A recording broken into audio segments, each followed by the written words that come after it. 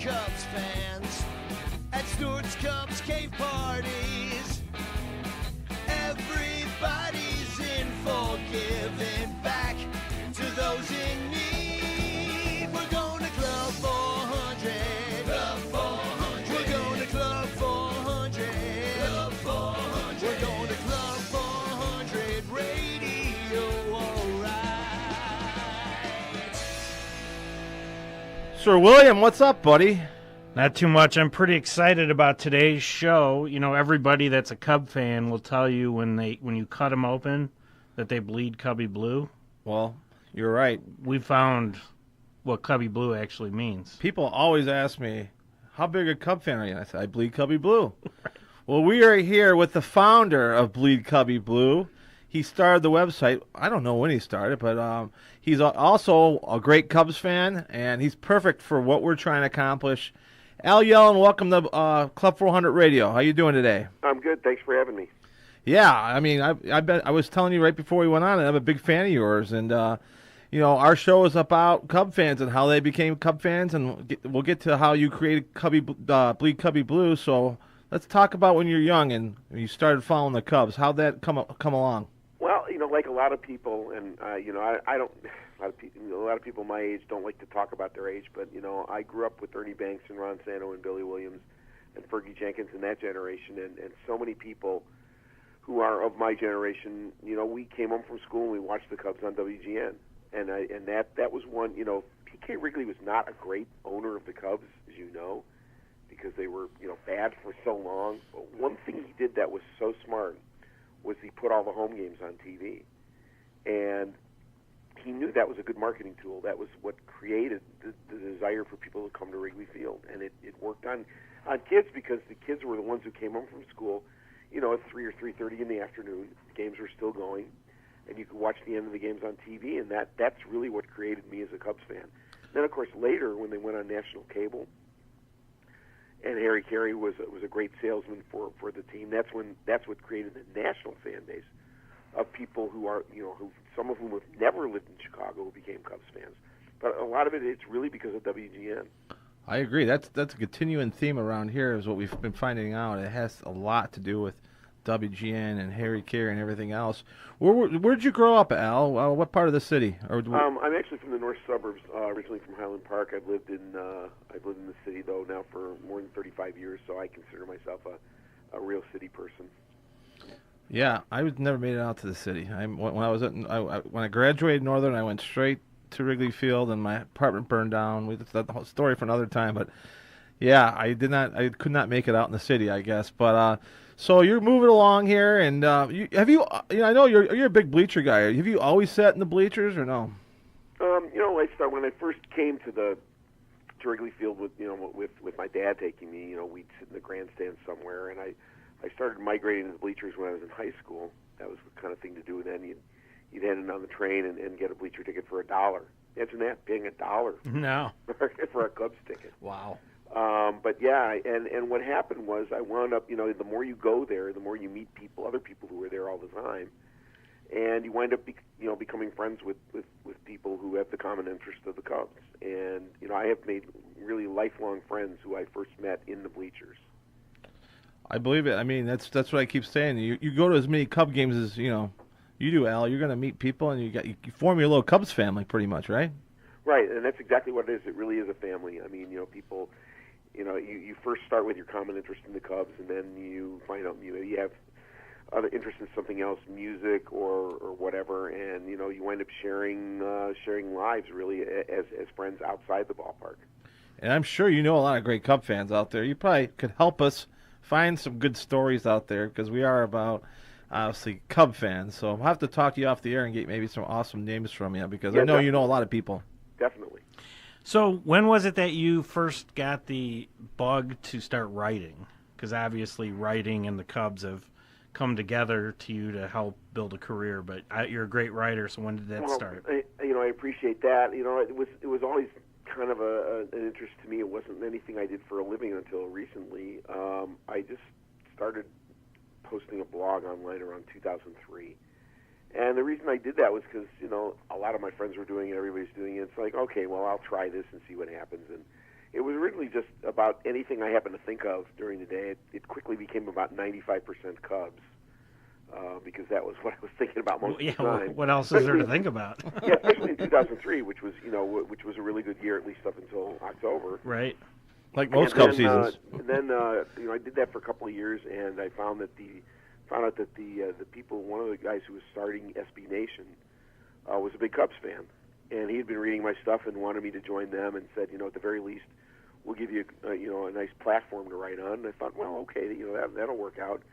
And so that was January 2005. So we're now this is now 13 plus years of Bleed Cubbie Blue.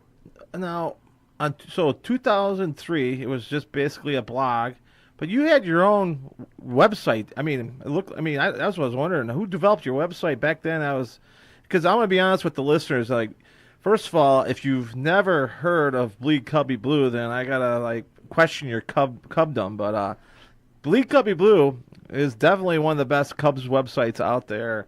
I would rank it number one as a fan website, but obviously, you got Cubs.com and you got Bleed Cubbie Blue, and there's a lot of other good websites out there. But Al's been around for a long time, and yeah, I want to talk to you about Bleed Cubbie Blue and how'd you come up with that name. That's a good question, and tell us about what we were talking about earlier. How you wanted to be a little bit different.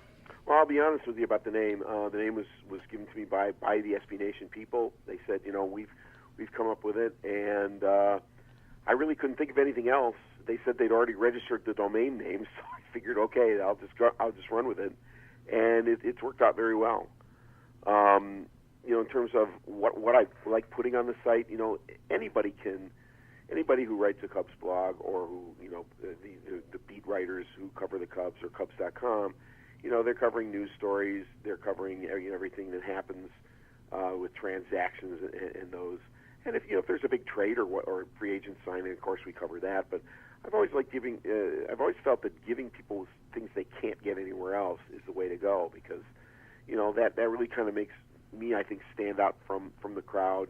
That they can come and find things that I like writing about that might be different from everyone else.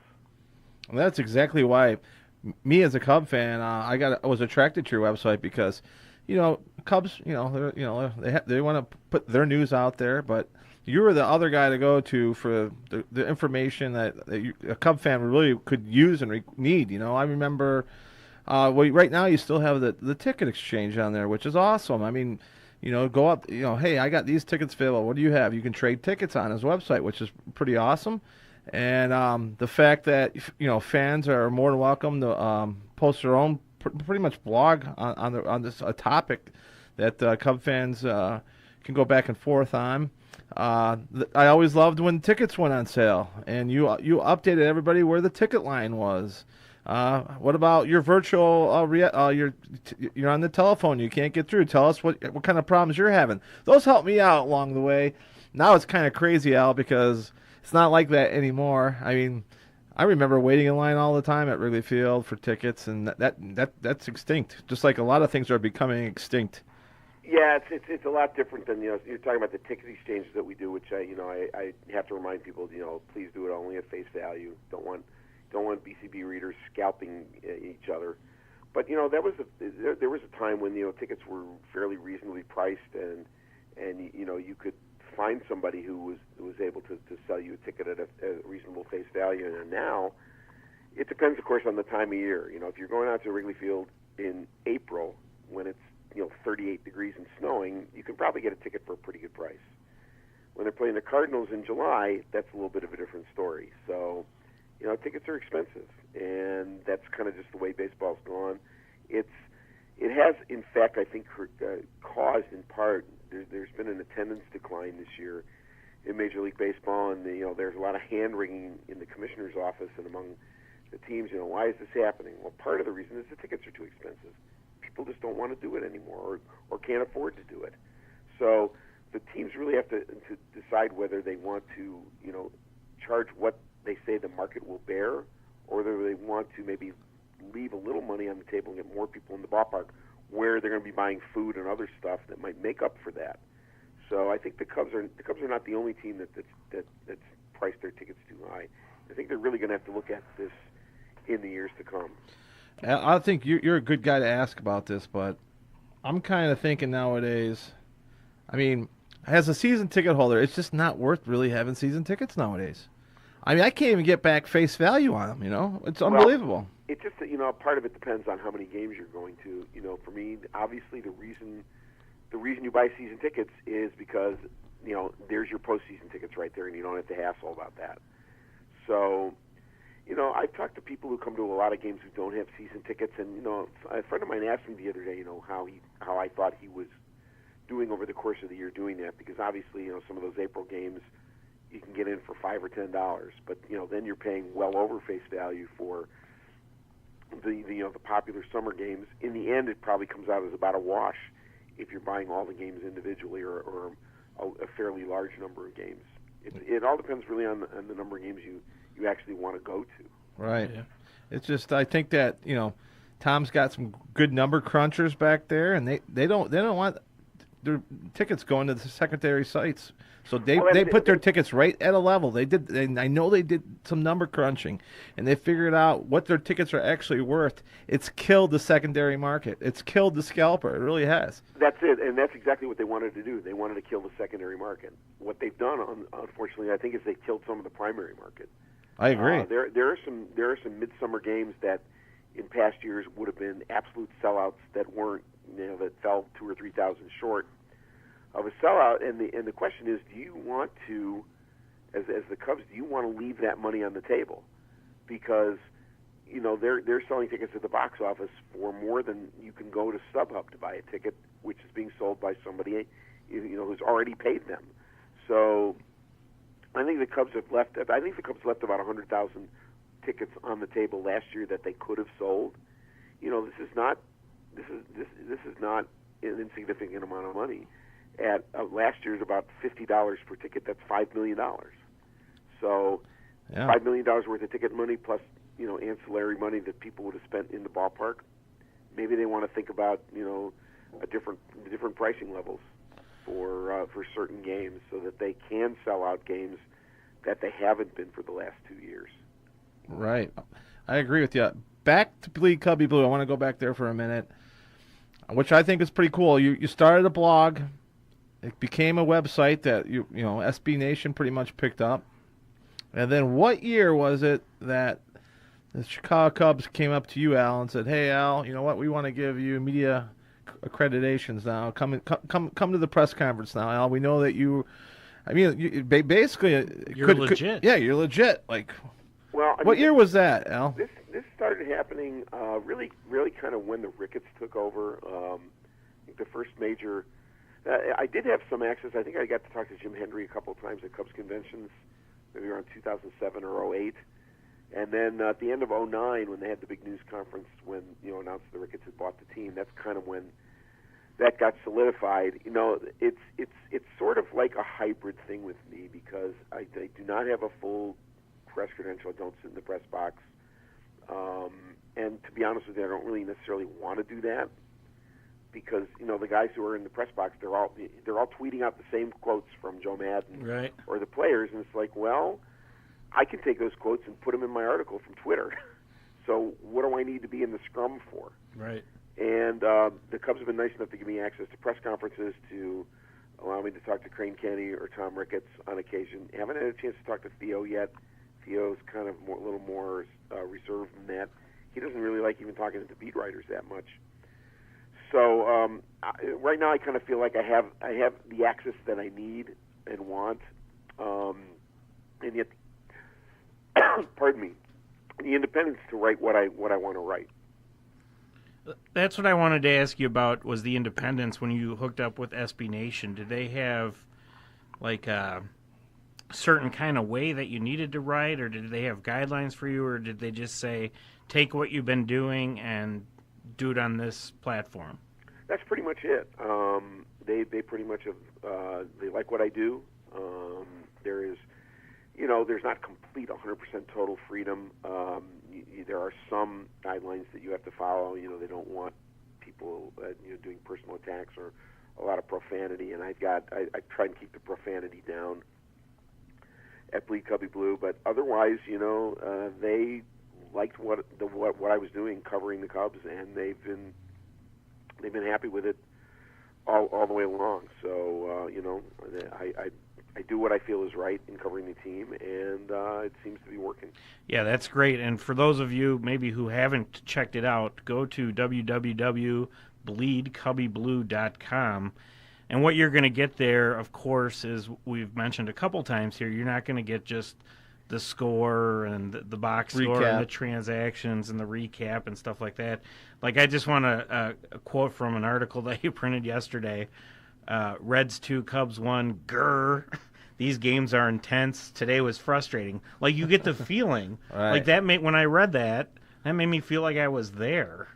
I mean, that's kind of what I want to do. When if you're writing a headline to a game recap and the game doesn't really have any, really anything really special, and then maybe you can go with just a simple dry fact as a headline. But yesterday's game made me want to growl, so there it was. That's awesome. Back to when the Cubs invited you to all the press conferences and you became kind of part of the group. Did you have to change your thinking of how you did your website at all, being that they let you kind of in, or was it just par for the course from that point on? No, I've always pretty much done what I do. And I think one of the reasons that the site has been successful is that I don't get into snark. I don't get into attacking people. I don't get into bashing or criticizing just for the sake of criticizing. I mean, when there's something to criticize, I'll do it, but I'll try and do it in a constructive way. It's not just, this sucks. I would maybe more say, well, this isn't good, and here's how it could be fixed. And I think Cubs management and ownership has appreciated that. They know that I'm just not out there bashing them just to bash them. Obviously, the last 4 years has certainly been a lot better. On the field, there's been hardly anything to criticize. Right. And the Ricketts ownership has done everything they said they were going to do when they bought the team. They said they wanted to win the World Series. They wanted to, renovate Wrigley Field and be good neighbors. They've done it all, and it only took them 7 years to win the World Series after 100 years of not winning. I mean, that's you can't say enough good about what the Ricketts have done in terms of giving the team the resources they need to win, and to do to Wrigley Field what they've been doing, which it's pretty much everything they've done to the ballpark is first class, top rate. The one thing that I'll criticize about the ballpark is I kind of miss having the bullpens on the field. That I would like to have back, but otherwise they've done everything perfectly. So how much time do you think you put into Bleed Cubbie Blue a week? Is it something that a couple hours a day, or is this? It depends on the day, but it seems like there's a lot of work that goes in there. There's definitely a lot of content that goes on your website. How much time does it take? And you're going to all the games every single day. Al's going to be sitting out there in the bleachers. Don't you keep a scorecard too, I think? I do. Yes, I do. Yeah. I mean, this is basically my work now, so I'm putting in a work day. I have the kind of freedom to do what I need to do. If I need to go out and run an errand for a couple hours on a given day, as long as I get what I need to do, what I need to get done finished, then I can do that. I've got other people writing for me. I bet that helps a little bit because you do good work. Yeah. Correct me if I'm wrong though. Back in the day, you were the only guy writing for this website. Am I right? Pretty much. Yeah. I mean, up until maybe 5-6 years ago, I brought Josh Timmers on. He does. He covers all the minor leagues and also serves me as a associate editor. So he's kind of running things when I'm not around, when I'm at the ballpark, and something needs to get done. And I've been lucky enough to find some really good writers to cover various aspects that either I don't know that much about, or that just to add a different voice to the site. I think it's worked out really well. I'll tell you this, William. When Club 400 got on Bleed Cubbie Blue, I was one happy guy because I was like, and thanks to Danny Rocket out there, who actually we just interviewed a week ago.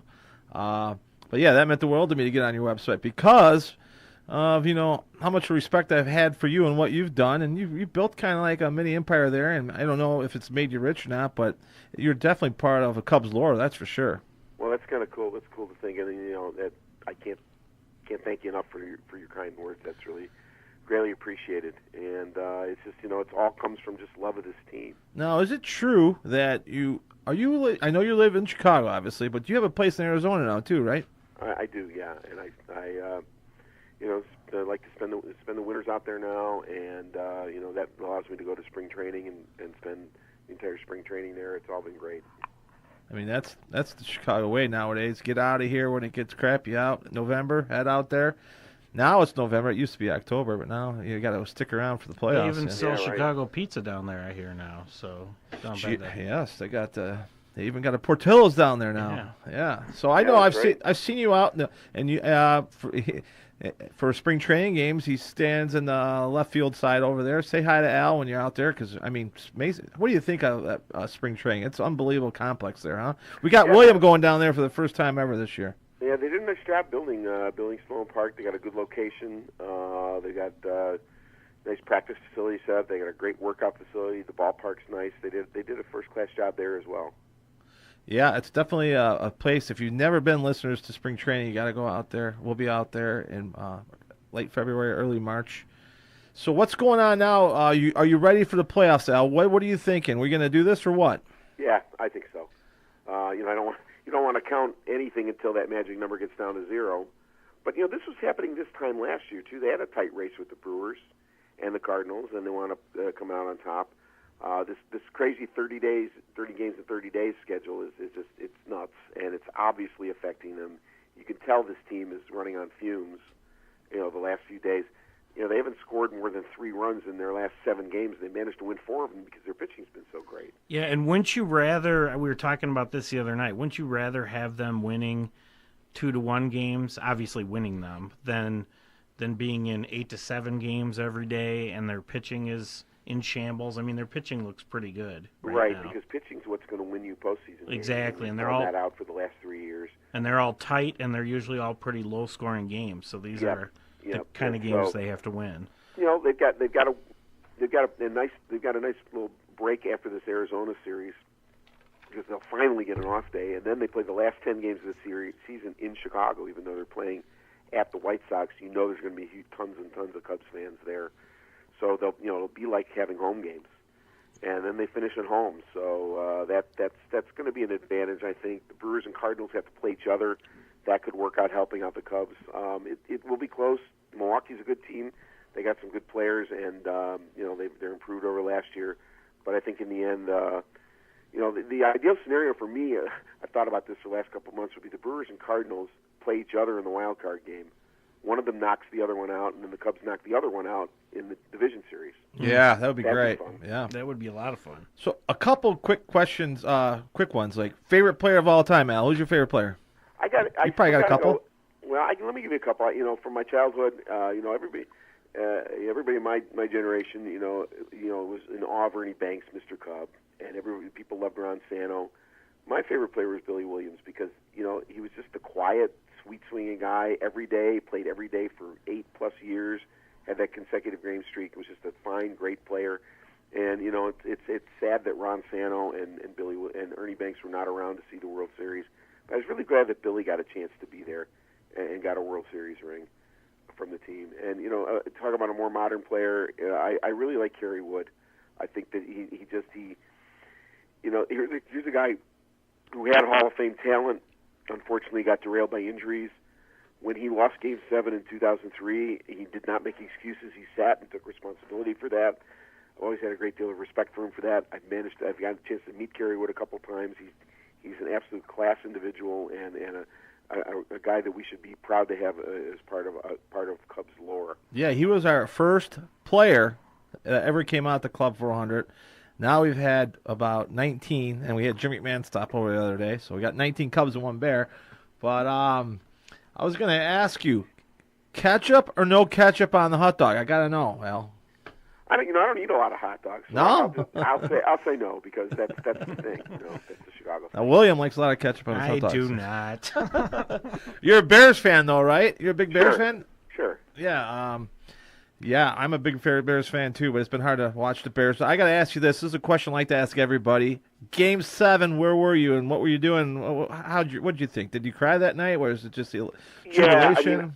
I have a little bit of a regret. I went to all the road games in the first 2 rounds of the playoffs, and at that point, I couldn't do it anymore. I was so exhausted. I actually had a book deadline that I was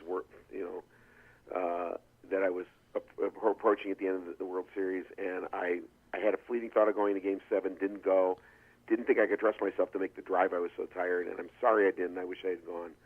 So I was just home watching the game, and it was, definitely tears flowed, for all those years, thinking that I would never see that. Right. And it took a while. It took a couple days. It's like, this really did happen. It's not just a dream. It really happened.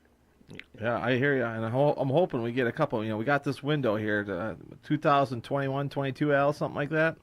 Yeah, and I think of this team sort of like the Giants were, where they won 3 World Series in 5 years. That's pretty good, And now look at the Giants. They're at the end of that run, and this happens to teams that have that kind of core that contends through a few years. And the Giants won 3 times in 5 years. Chicago Blackhawks won 3 Stanley Cups in 6 years. Now they're having a little bit of hard times. But while that team is riding that peak, you can do that. I would think the Cubs should be able to win another one before the core breaks up in 2 or 3 years from now. A lot of people say, how can you top the first one? Well, I don't know if the first one will ever be topped, but I want to win the World Series at Wrigley Field. That's where I want to party at. I was just going to say, because I didn't go to Cleveland. That's the one thing I haven't seen. I was at the game where they got to the World Series, and that's among my top memories of Wrigley. But let's win at home. That's the one thing that all of us want to see.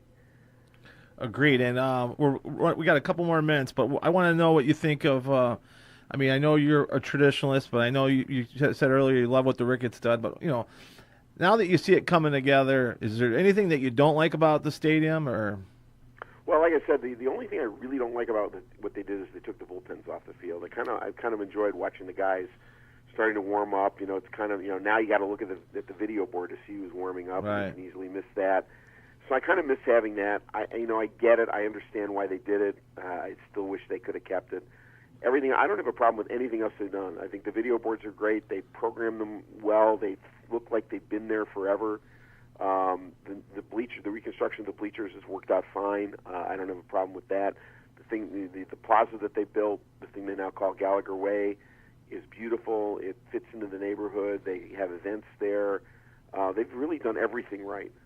They've actually, in my estimation, turned it into way more of a family venue. Unfortunately, a rich family, but well, unfortunately that's the thing with almost all professional sports right now, is that you have to have some means to be able to afford them. It's kind of too bad. And the other thing about people not buying tickets to games is that a lot of people now have a 55-inch high definition screen in their house. So in some ways, people can sit 20 feet from that and get a better view of the game.